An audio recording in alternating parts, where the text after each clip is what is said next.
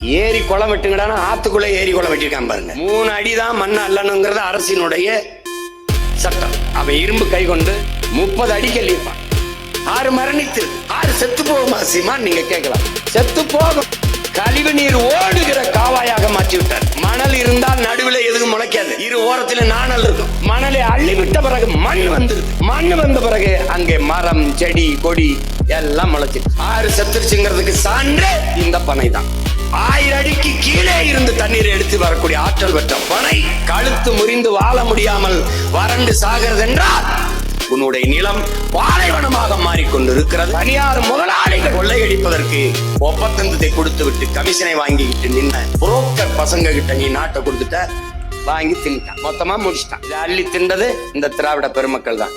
இது ஒரு சனியன், இது ஒரு சனியன். இந்த 2 சனியனையும் சட்டையா தச்சு கொண்டு இப்ப ஒரு சனியன் சனிக்கிழமை வரும்.